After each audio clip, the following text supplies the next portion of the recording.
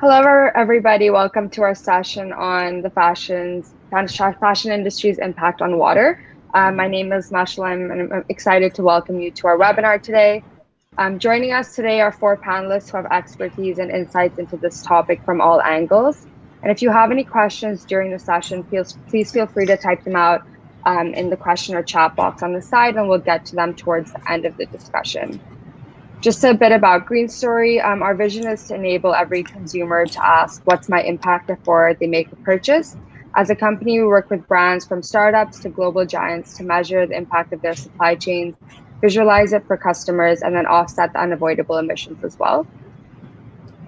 Here's your panel for today, and without further ado, I'd like to introduce our moderator. Russ is an eco-entrepreneur and a specialist marketer for sustainable businesses. Russ heads Avery & Brown, which is a rapidly growing digital marketing and creative agency which puts people and planet on par with profit. Russ is also the founder and director of Elodie, which is a hybrid sustainability consultancy and creative communications agency based in Berlin and London.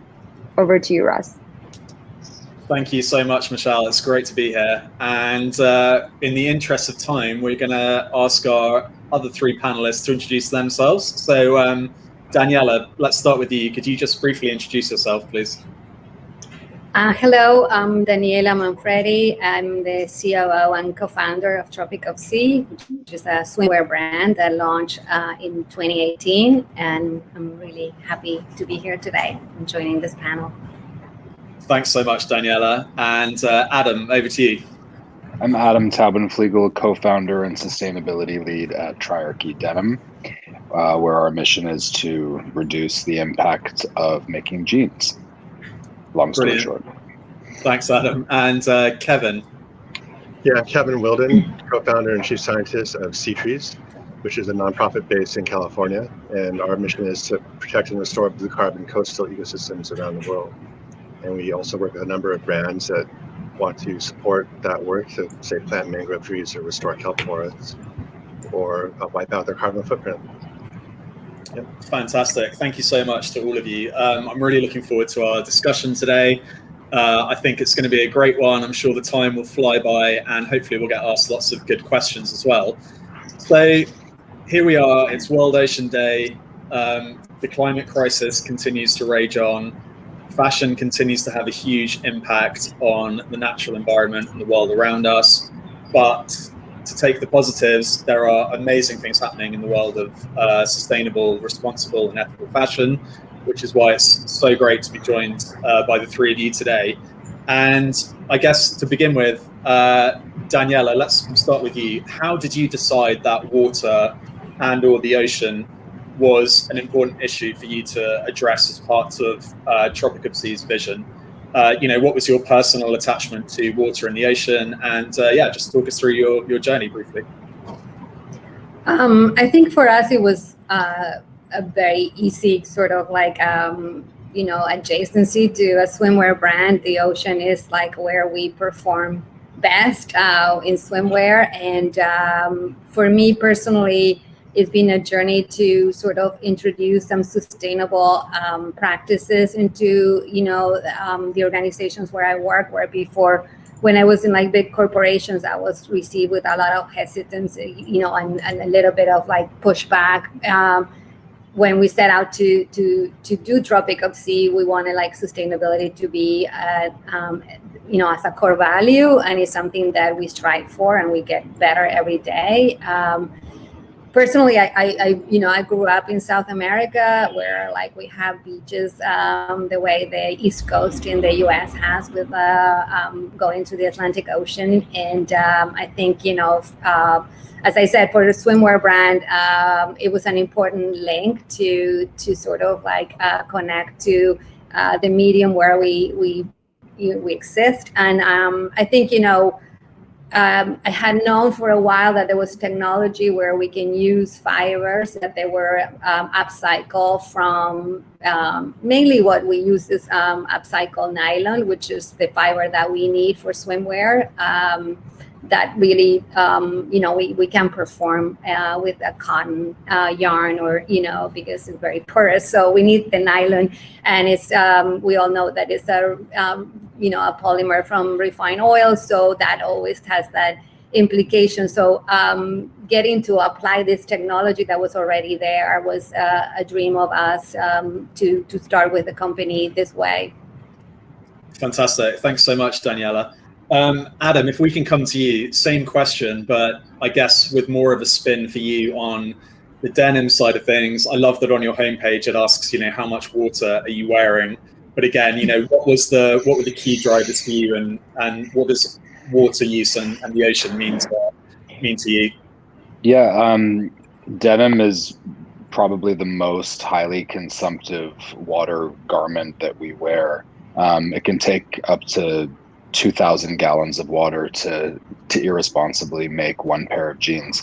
And so when we were continuing to grow our brand, and when we started seeing larger facilities than the ones we were occupied, and when you get a visual of what that looks like, to have hundreds of machines just irresponsibly spewing water at you all day, we decided it needed to be done better. So we took the brand offline for a year and redeveloped everything from the ground up, including how we're sourcing our fabrics, how the cottons are grown, because that water consumption goes all the way back to the source fiber. So we had to go back to our source fiber for all our fabrics, and then finding out other ways to do blends, such as tencel, which is eucalyptus fiber, which uses a lot less water. Now we're starting to use a lot of hemp, which is the same, which is incredible. But then in the wash process of the jeans itself, we use a combination of an ozone, an e-flow, and a laser machine, which basically mimic the old school irresponsible denim washing techniques, but do so with this new technology that just cuts it in by tons. So there's multiple touch points with denim. It's not just one fix and you're done. It's like you have to go through all of these steps and then basically try to make the jeans look identical, but behind the curtain, it's a totally different world. And so that's what Triarchy is all about.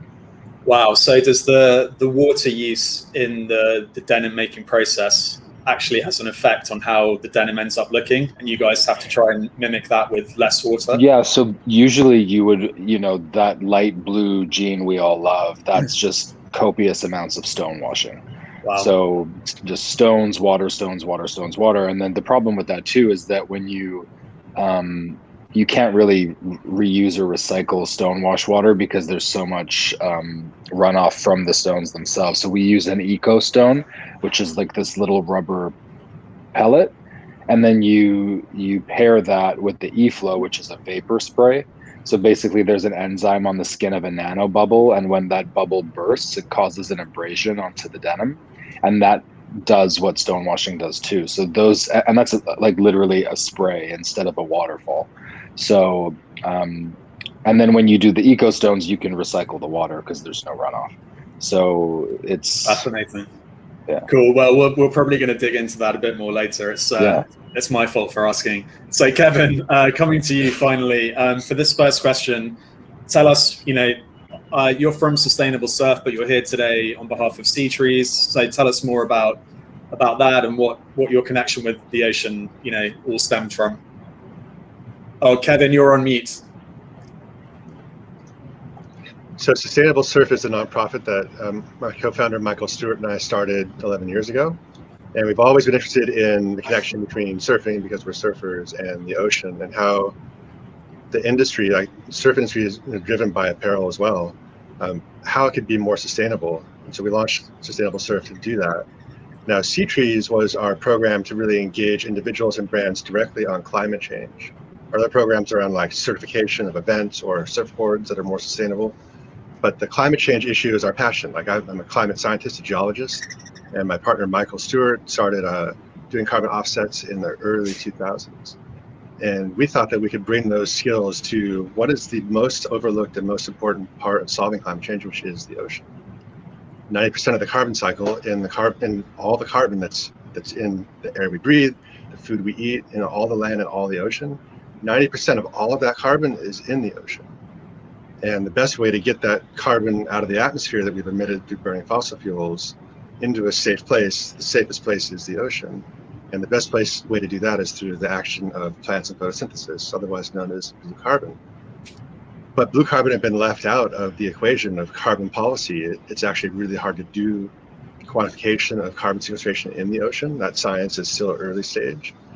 And we thought that we could accelerate that through sea trees. So what we do is apply all the best practices of carbon offset development to blue carbon projects. Some of them can produce certified carbon offsets. Some of them, the science isn't ready for that yet. So for example, planting mangrove trees is a blue carbon project because they're trees that live in the sea. And they're 5 times more effective at sequestering CO2 than the tropical rainforest. And a lot of that carbon goes out as dissolved organic carbon into the nearby environment, the coral reefs. Reefs are much healthier if there's a healthy mangrove forest nearby.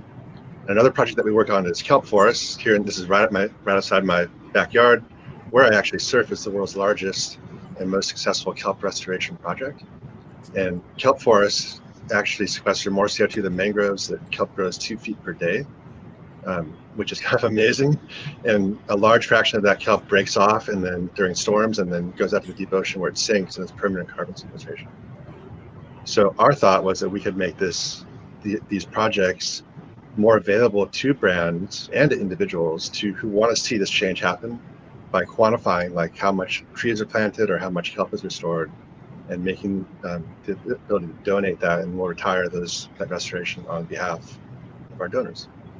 Amazing. Thanks, Kevin. Well, I'm looking forward to talking a bit more about kelp later on, because we've just started working with a UK-based kelp grower over here, and it's fascinating stuff, and learning more about it all the time. Daniela, how is Tropic of Sea mitigating the impact of water use and its negative impact on the ocean as a fashion brand? What are some of the things that you're up to, and are you trying to have more of an effect on the fashion industry as a whole, as well as just your own brand? Talk us through that a bit. Yeah, in terms of what we are doing, we, as I said before, we focus very much on like upcycle materials such as like upcycle nylon or reprieve and other fibers. But the water consumption at mill level is where we really think the big win is from raw materials. So there's a lot of the mills we work with who are very careful about recycling the water, and they have those practices already. I think it's important also to know, if you're in fashion, that there's all these practices that are available, and sometimes you are told early on that it may increase your prices or so and so. But we launched our brand 3.5 years ago, and I have seen how people have sort of transitioned to upcycle yarns and looking for Oecotex and other certifications of fabrics that ensure that these practices are in place and they make it the new normal. I think, we've seen people migrating to this quite a bit since we started. And the other big piece about water pollution that, we think a lot about in fashion and in our company is microplastics, and how that sort of goes into the ocean through your washes. We've been partnering with a company we're about to launch in our website. You can purchase a bag where you can wash your bikinis and so on in this bag, where like it doesn't let the microplastics go into the stream of water. So and I think other opportunities, like Kevin was mentioning, we're partnering today with a charitable app called Milky Wire, and we're encouraging and we're donating proceeds today to a specific organization which works to save the manta rays in Mozambique. We like Milky Wire because it's an app that is easy for our customers to go in and donate themselves or choose other organizations. There's a plethora of them, and it's very direct. You're not giving to a huge organization, to somebody. So I think all of those values we keep very close to heart, as we go along on this journey. But sustainability is it's a moving target. You have to keep going at it and getting better at it, and embracing new practices and technologies is what I think it's all about. Fantastic. Thanks, Daniela. And I heard of Milky Wire quite recently, and it sounds like a really great idea. Does the customer choose which project they want to support at the point of purchase, or do you guys make that decision as a company? We do. I mean, we want to get there, but at this point, we just sort of like picked an organization for this day and did our donation. But we do encourage our customers to go to their platform where there's more options and they can contribute directly. And it's a great source of information about not only marine biologists, but a lot of work that like people like Kevin are doing, and especially with animals around the world. So if you have time, check it out. Fantastic. Thanks a lot. Now, Adam, you already started telling us some amazing stuff in answer to the first question about what you guys do to mitigate the impact that your brand has on water usage. Feel free to elaborate more on that now, because that's what this question is all about. So what are some of the main things that you guys do to try and reduce that ridiculous number of gallons of water that you mentioned to produce the average pair of jeans, for example? Yeah, so the things I mentioned about the source fiber and the responsible growing cotton and things like that. But then we also, because we have such a strict lens on this, and what I love about what I start seeing is that when you demand better from your suppliers, for example, when I go in to look at a new season's worth of denim and they have a whole room, and then I say, yeah, but show me the things that you can show me for Triarchy, because I know that more than 90% of this I'm not going to look at because I know it doesn't meet our standards. And so when more and more brands do stuff like that, that's when the industry wakes up and says, okay, we have to do something. And to jump on the microplastics thing, I mean, every pair of stretch jeans that has ever been made in the history of time has petroleum-based plastic in it. And we, as a sustainable brand, decided even if that for us, if we have this lens, we can't sell stretch denim. We're just not going to. So we stopped selling stretch jeans in 2018, and we eliminated it from the brand entirely. And then through behaviors like that, we had our denim mill in Italy, Candiani. They developed the world's first plastic-free stretch jeans, which we brought to market last year, and where we use natural rubber in place of plastic. And so why that's doubly exciting is because then you also have the world's first plastic-free, or the world's first stretch jeans that won't have any microplastics, and that won't do that. Amazing. And so that's not related to water use, but it's related to this microplastics problem. Yeah, absolutely. It's all linked. So the only stuff that will come off those jeans when they're washed is organic material, right? The cotton. Organic material, yeah. Incredible. Cool. So, Kevin, tell us more about some of the products of Sea Trees, and because I know Sea Trees isn't a clothing label in itself, but I know that you sell products to help replant the ocean. So, talk to us more about that. Yeah, well, listen, the goal here is to inspire people to take action to protect and restore ocean health. And there's many different on-ramps. Different people and different companies have different ways they'd like to engage. So, for example, we worked with local artists in San Francisco to make this ocean-positive coffee mug. Every time someone buys one of these mugs off of Sea Trees, the plant restores a square foot of kelp forest off of Palos Verdes.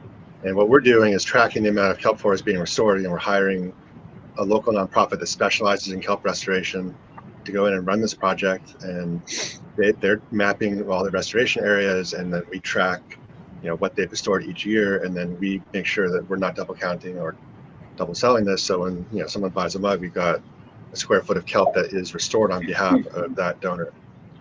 And the physical products were really not our biggest seller. Really what people like is a story. I mean, listen, this all comes down to a better story of how we engage with business and society and the planet. And the story that really works is that we can actually solve climate change through protecting ocean health, and not just the ocean, but the people that live in it benefit too through sustainable development. So all of our projects, we're measuring sustainable development goals, all 17 metrics are the ones that apply to each project. And we actually, since it's World Oceans Day today, we're releasing the first data on the sustainable development metrics later today. So you can go to the Sea Trees website and check that out. Great. Yep. Sounds really good. Thank you. So moving on, next question, Daniela, let's start with you again. Tell us more about how the ocean is serving directly as a source of inspiration for Tropic of Sea. Obviously, there's that direct link because you're a swimwear brand, but in the fight against climate change, is the ocean for you guys as much an education tool so that your positive impact can be greater as it is directly linked to the brand? Talk to us about that a bit. Yeah, I mean, I when I read this question, I took it different when you said a resource for your brand.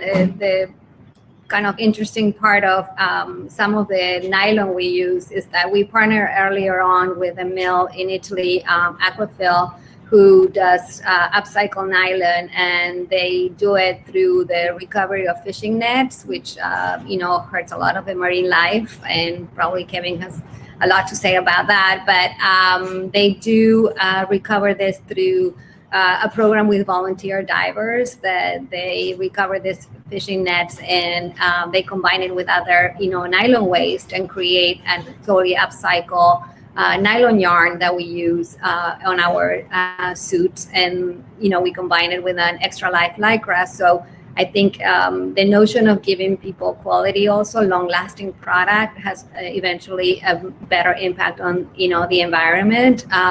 And our focus has been all in the raw materials, but also on the packaging side. So going through the beach and seeing plastic bags is something that hurts everybody that wants to preserve the environment. So we do a lot of work around our packaging being sustainable, from using one bag comes from the factory all the way to the customer and is made out of a bioplastic. Our hand tags and are made of bamboo paper. We have our hygiene liners are made out of wood pulp. So we pay a lot of attention to all the components that we use to make our suits, to gauge that impact.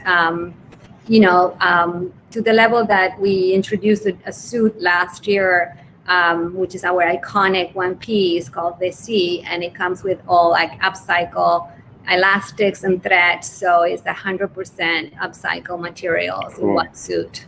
Yeah, we're very proud of this work. So do you capture all the data on how many, weight by weight, how much stuff you're upcycling, how much material you're upcycling, and how much you're saving from the ocean and stuff? Well, funny you ask. That's why we want to partner with Green Story, and this is how I'm here today.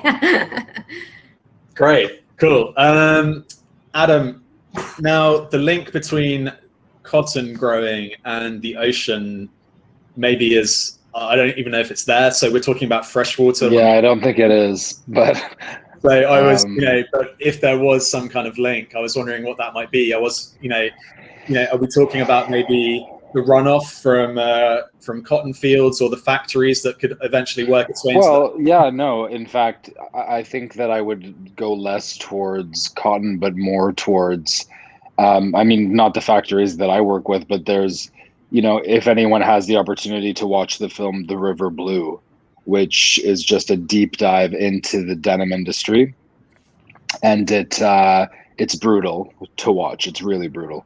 But basically all of this irresponsible manufacturing in countries that don't have proper guidelines in place and laws in place for how to discharge your water, you basically have these factories that are just dumping the water into their local river, which then infiltrates the farmland, but then will ultimately make its way to the ocean. And this is highly carcinogenic, just terrible water runoff from denim factories. And so, there is one thing of how much water are you wearing, to be cognizant of, is the brand that I'm buying from doing things to mitigate that.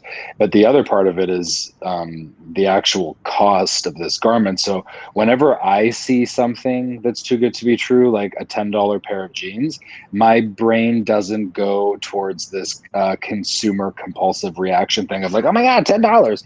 I think like, holy shit, like how many people's lives have been negatively impacted because of this $10 pair of jeans? Because it must be brutal. Because if you think about how many people have to touch this t-shirt, from the person who harvested the cotton to the person who made the fabric to the person who cut the fabric and then sewed the fabric and then packed it and then shipped it. And then there are so many people that need to get paid to make a thing. And if it's $2, no one got paid except the person who owns the company, and they're the devil. So, keep that in mind. Absolutely. I love it. My favorite. Did that answer your question? I don't know. Yeah, a little bit. My favorite quote about the kind of sustainable fashion industry is the question we should be asking isn't why is this pair of jeans so expensive when it's a sustainable pair of jeans. It should be why is this pair of jeans so cheap when it's an unsustainable pair of jeans. Yeah, and that's something I just made our line sheets for this new collection that we're going into market with today.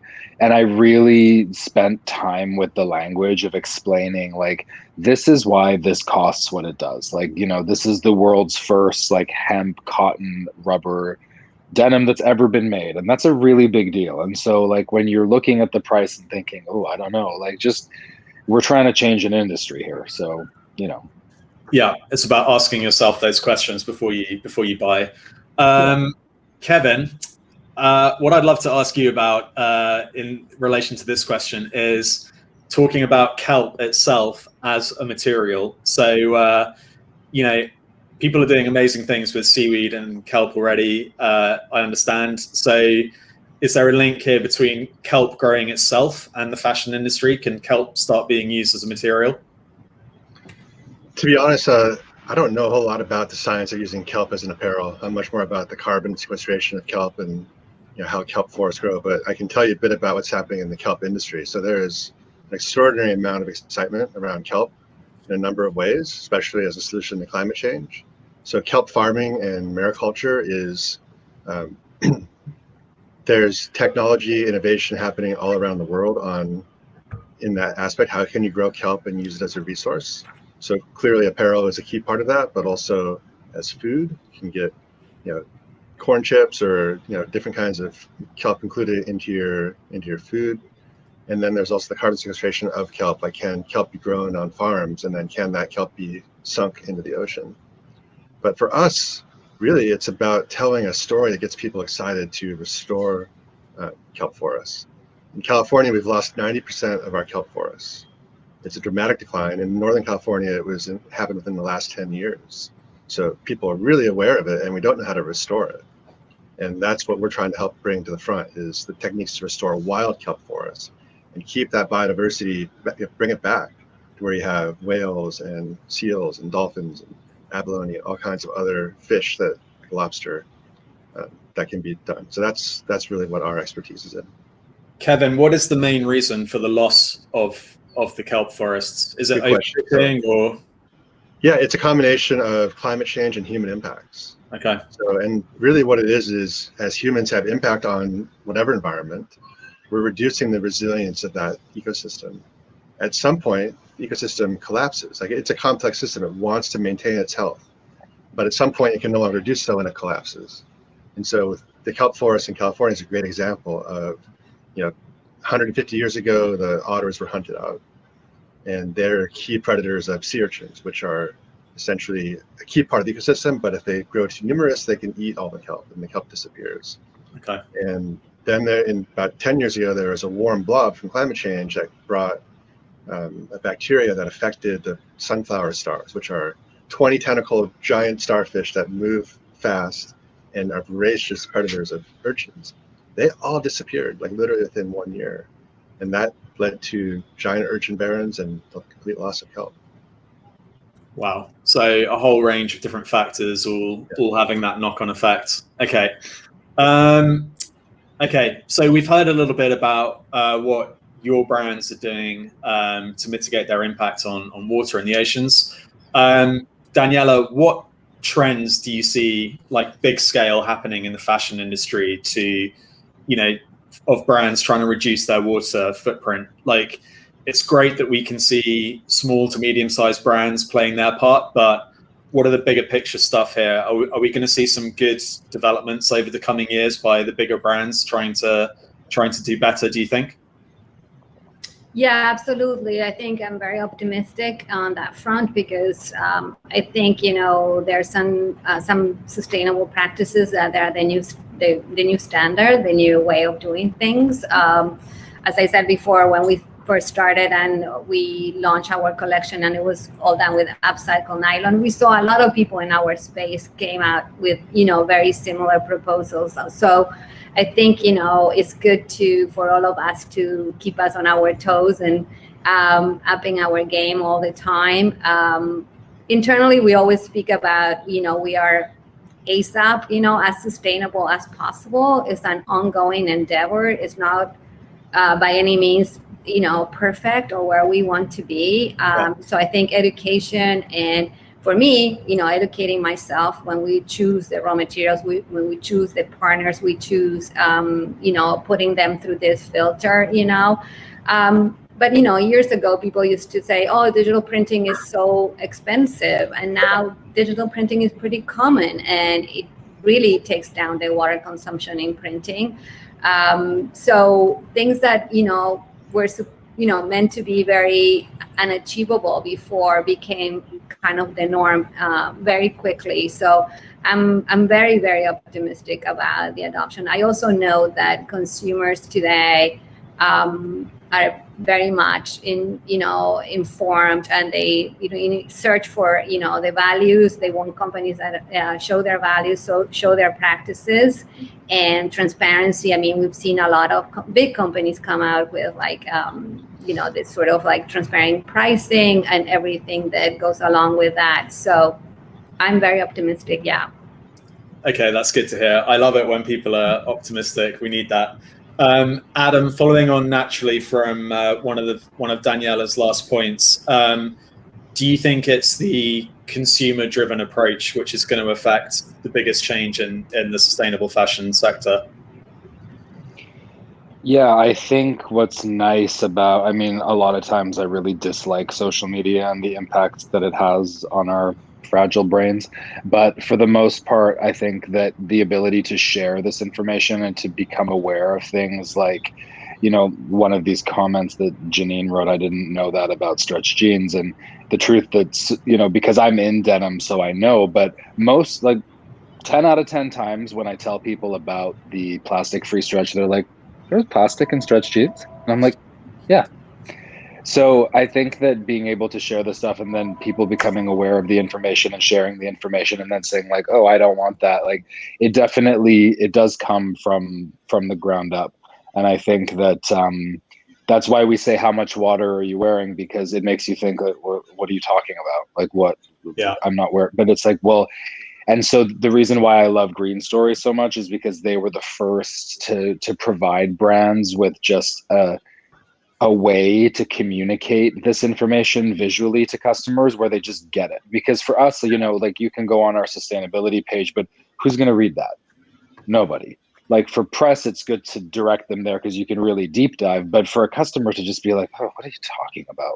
Whereas with the Green Story metric, it's just like, oh, there's the water, there's the power, there's the this. And, and then what's nice is that if you then go and you continue shopping and you don't see, if a brand isn't sharing any information, there's probably a pretty clear reason as to why that is.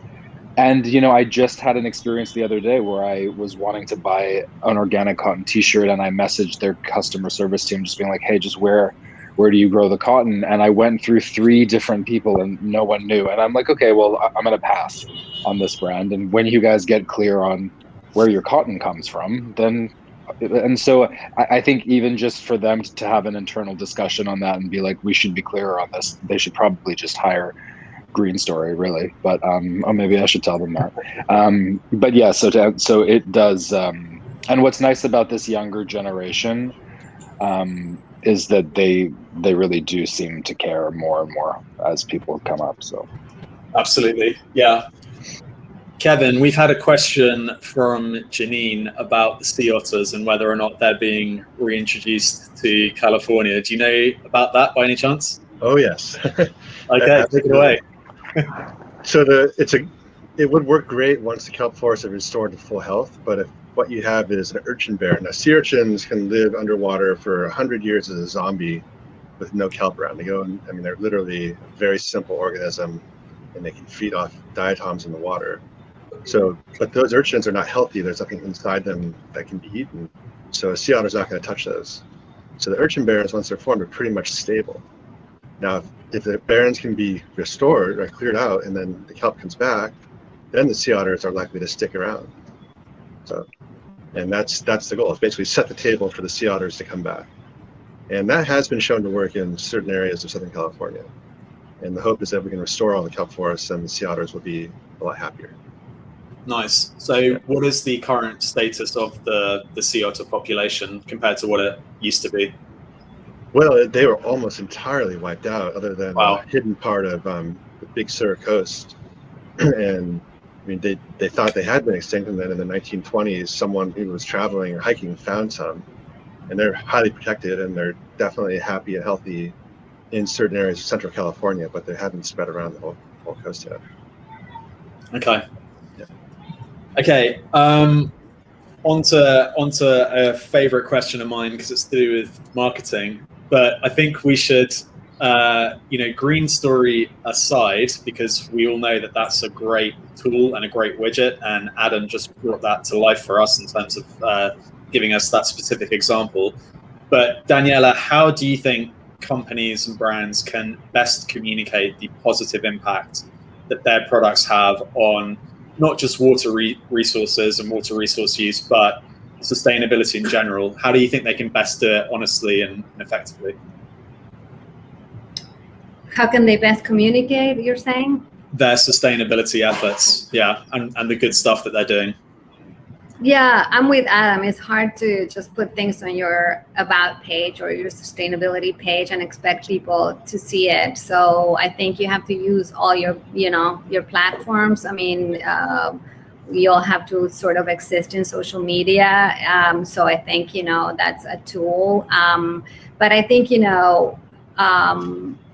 I'm very encouraged by the consumer, because I know we get, from a customer service perspective, always questions about, what Adam was saying, where is this being made, how it's being made, by who, and I think, all those, touch points that you have with the customer, I see it in my own home, like my son is always researching what's behind every brand that, he gives $1 to. So I think, the era of more consciousness, I think, is here. I think that, there's a lot of bad things about the internet, but it does give you a way to research, and for brands the opportunity to be transparent about how their products are being made. And education. I didn't know, somebody wrote that they didn't know about microplastics going into the ocean. And I think it's something that I also learned recently. So, and who is there to solve it, So I think, all of those opportunities are good, but you have to kind of go at all fronts. There's not one touch point. It's everywhere you communicate with your customer. Absolutely, I agree. Janine, I promise we're going to come to your question because it's a great one, but we will park that for now and try and revisit it at the end because it's a brilliant question. Adam, same question to you. I think a lot of brands, they're actually scared of greenwashing people because the consumers are getting so much better at recognizing greenwash. So actually, I've seen examples where sometimes a brand doesn't communicate all the good stuff that it's doing because they're actually quite scared of whether or not they're saying the right thing. Do you guys have any experience of that? And what are some of your things that you do at Teriyaki to communicate your sustainability credentials?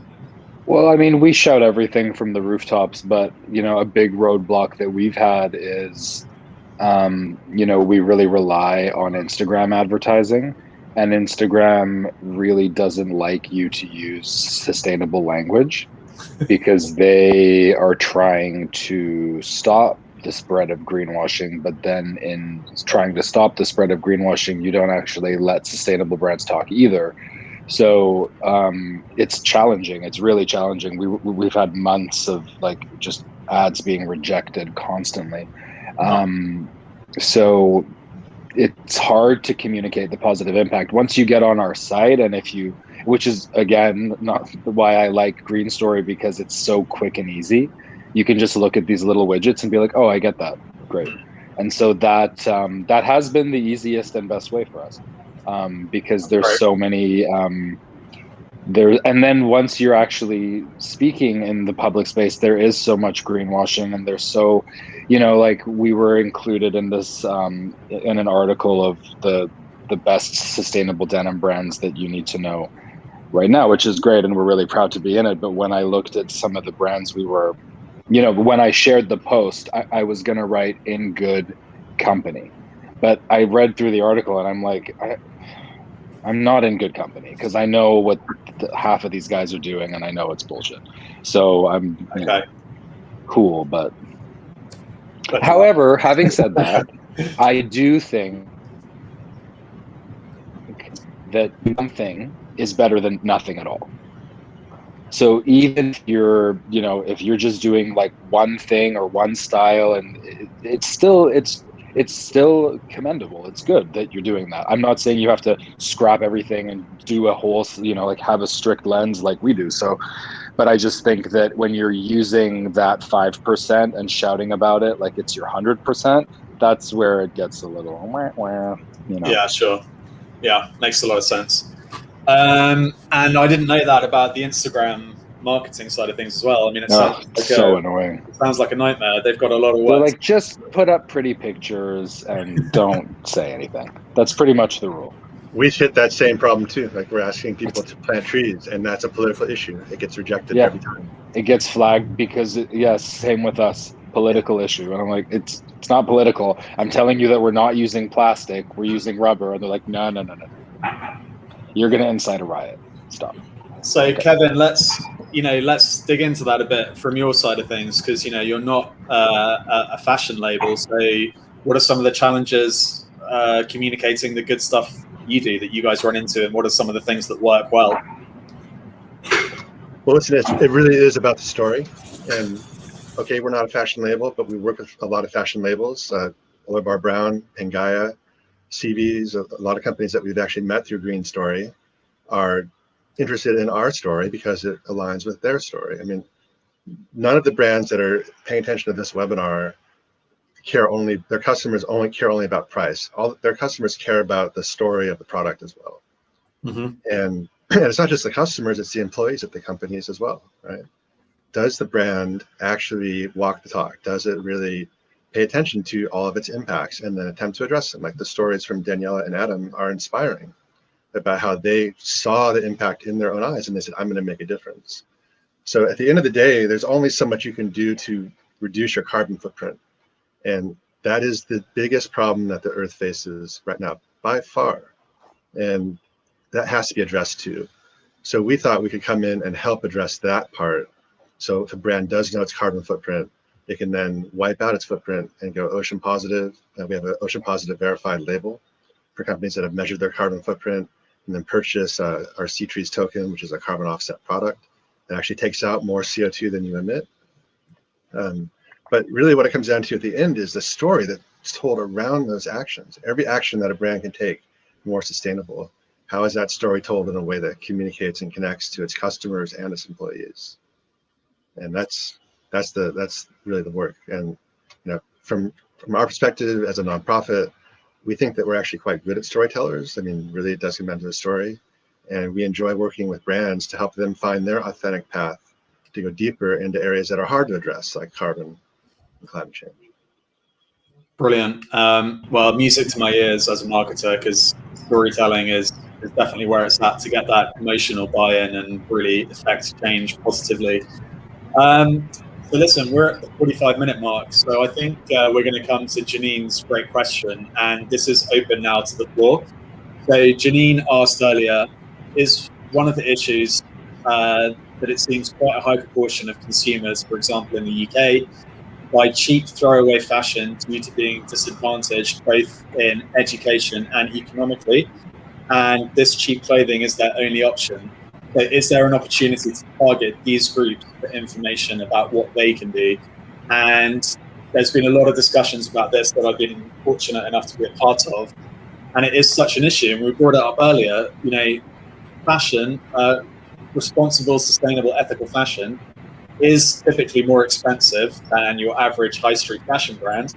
But as we all know, and as Adam touched on earlier, that's because people are actually having to be paid because of how many people have touched it along the process. So what are we going to do about the issue of sustainable fashion being kind of prohibitively expensive to a lot of people? Adam? So this is something I feel really passionate about because I realized that we used to print all of the sustainable information on the inside pockets of the jeans, and then it kind of dawned on me that if you're not awake to read this, that it's irrelevant. So we changed what we print inside, and now I just say to take a deep breath. Sustainability begins with mindfulness. And what I hope to get someone to maybe realize is that the reason why this fast, cheap fashion is so successful is because it's impulsive and reactive.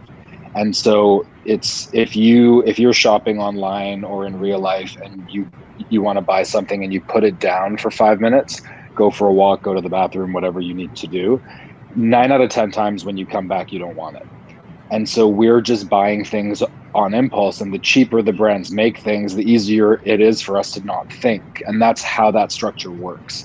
So make it cheap, make it impulsive, and then just buy. And then that's why you come home and you're like, why did I buy this? Or like, why have I never worn this? And it's like, oh, because you were just reacting on impulse. And it's just, that's part of the human brain. It's just how the brain works. So if you give yourself the pause to make better decisions, then you will just inherently make better decisions. And that really does apply to everything. But then what somebody said here too is that you look at like, oh, well, I can't afford it. I can only buy this. But I have this story of my great aunt who was not a wealthy woman, but had custom shoes made once a year because she would say she was too poor to buy cheap shoes.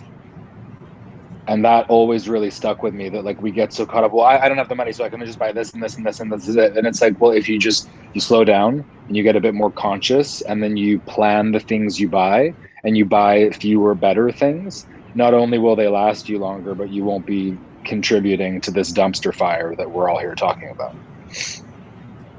Yeah, absolutely. It's some great points there. Daniela? Yeah, I think, what Adam was just saying goes along with education. So I think, brands have to take that stand of educating customers. And I think, when I go to those fast fashion stores and I see people, I think, I also have traveled the world, making product in a lot of countries, where we're concerned about, the well-being of the workers and those people that are also customers and they buy inexpensive fast fashion, but you see them wear soccer t-shirts and so on. So if brands, at that level will take that stand of communicating and educating, and also, I said I was optimistic, but I think, eventually we're going to get to a point where like, we wouldn't have to say this brand is sustainable. Everybody should be sustainable at one point, because that will be the modus operandi, that will be how things are made, because we're thinking about every step of the way, from the choosing of your raw materials to where you make it. And we consumers and, brands, and designers, I think, I always tell designers on my team that they're the first link on a very long chain. So like, that's a great opportunity to make right choices. And there's so many great choices to be made. And eventually, price will go down when the demand, for sustainable or more sustainable products will go up. And so it's like the chicken or the egg. So we have to, and that's why I think competition is so good, it's so healthy, because we all gonna keep, doing better at it and putting pressure on our peers to, become the new standard. And I think it takes time, but I think we're on our way. I think the majority, people have been speaking about the fashion impact, the negative fashion impact as an industry, and everybody has to do their little part until it becomes, the critical mass. Yeah, I'm so encouraged by how many new sustainable and ethical fashion brands I've seen just in the last 6 months alone of 2021 so far. So I really feel like there's a mass shift. But also big brands, big brands are taking a stand. Big brands are, they're the ones that they're more targeted by greenwashing, and they are taking a stand. So that's why I think we have to encourage, and like Adam said, every step is good. So we gotta keep pushing towards that. I think it will become the norm. Absolutely. Another question we've had from Sarah Hugh is, what are the most important steps that brands can take to further reduce ocean pollution? So, Kevin, considering we're not necessarily just talking about fashion in that question, do you maybe want to take that first? Yeah, sure. Well, listen, the biggest pollution in the ocean is CO2 emissions by far. Plastic is definitely an issue. Mm-hmm. But that doesn't completely change ocean chemistry through acidification, or change ocean circulation, or change weather as CO2 and heating of the ocean does. So understanding Kevin, briefly tell us about ocean acidification for those who might not know. Sure. So CO2, in fact, this is a sparkling water that I make. CO2 is soluble in water. So as we burn fossil fuels, which emits carbon dioxide, the ocean absorbs that CO2 directly, chemically, and that acidifies the ocean. And the oceans are acidifying 10 times faster than has ever happened in the history of the Earth. So it's actually quite extraordinary what's happening right now. So CO2 and carbon footprint is absolutely essential for any brand. And I'll address that prior question too, which is how we can help more people have access to sustainable apparel. It really comes down to showing the model works really well. So the big brands say, okay, I can do that too. We're the innovators. Our customers are looking for innovation. We need to actually innovate as fast as we can and tell that story to our customers who are most ready to adopt that. And that becomes then the model for the big brands, the big governments, everybody else to say, oh, it's actually not that hard to be sustainable. Why shouldn't I do that too? That's basically the role that I see our community through Green Story, and everybody who is watching this webinar. That's our role, and that's actually the most important role that's being left out right now. Great. So all starting with CO2 reductions, basically, which every business can play their part in. It's one of the hardest to do, right? And measuring carbon footprint is not necessarily easy, and it's not necessarily cheap, but it takes a commitment, right? Now, I think that is that the lowest hanging fruit depends on the brand. I think what Adam and Danielle are talking about, those are the most obvious direct things: how to deal with wastewater and deal with plastic waste, and upcycle sustainable materials. Like, that's a great starting point. But then the next step is carbon. If you haven't done that yet, that actually needs to get done as well. What's the biggest win you think we can do as a brand to offset carbon? Is it in the shipping? Is it in the way? Well, that's where the life cycle carbon footprint needs to get done. And that's what Green Story, one of their specialties, is making the life cycle footprint for apparel very easy. I do carbon footprint calculations myself, and there's a lot of variables at play depending on which country a product's being made. The cotton may have 10 times more carbon footprint than a different country, or the cut and sew may be much more expensive due to the dirty powder that they have. So really finding an expert who knows about how analyze how your factories work is the first step. But from a fashion industry perspective, where do you think the biggest win will be for us to correct? Well, that's the thing, is you can't say which is the biggest win because there's so many variables at play.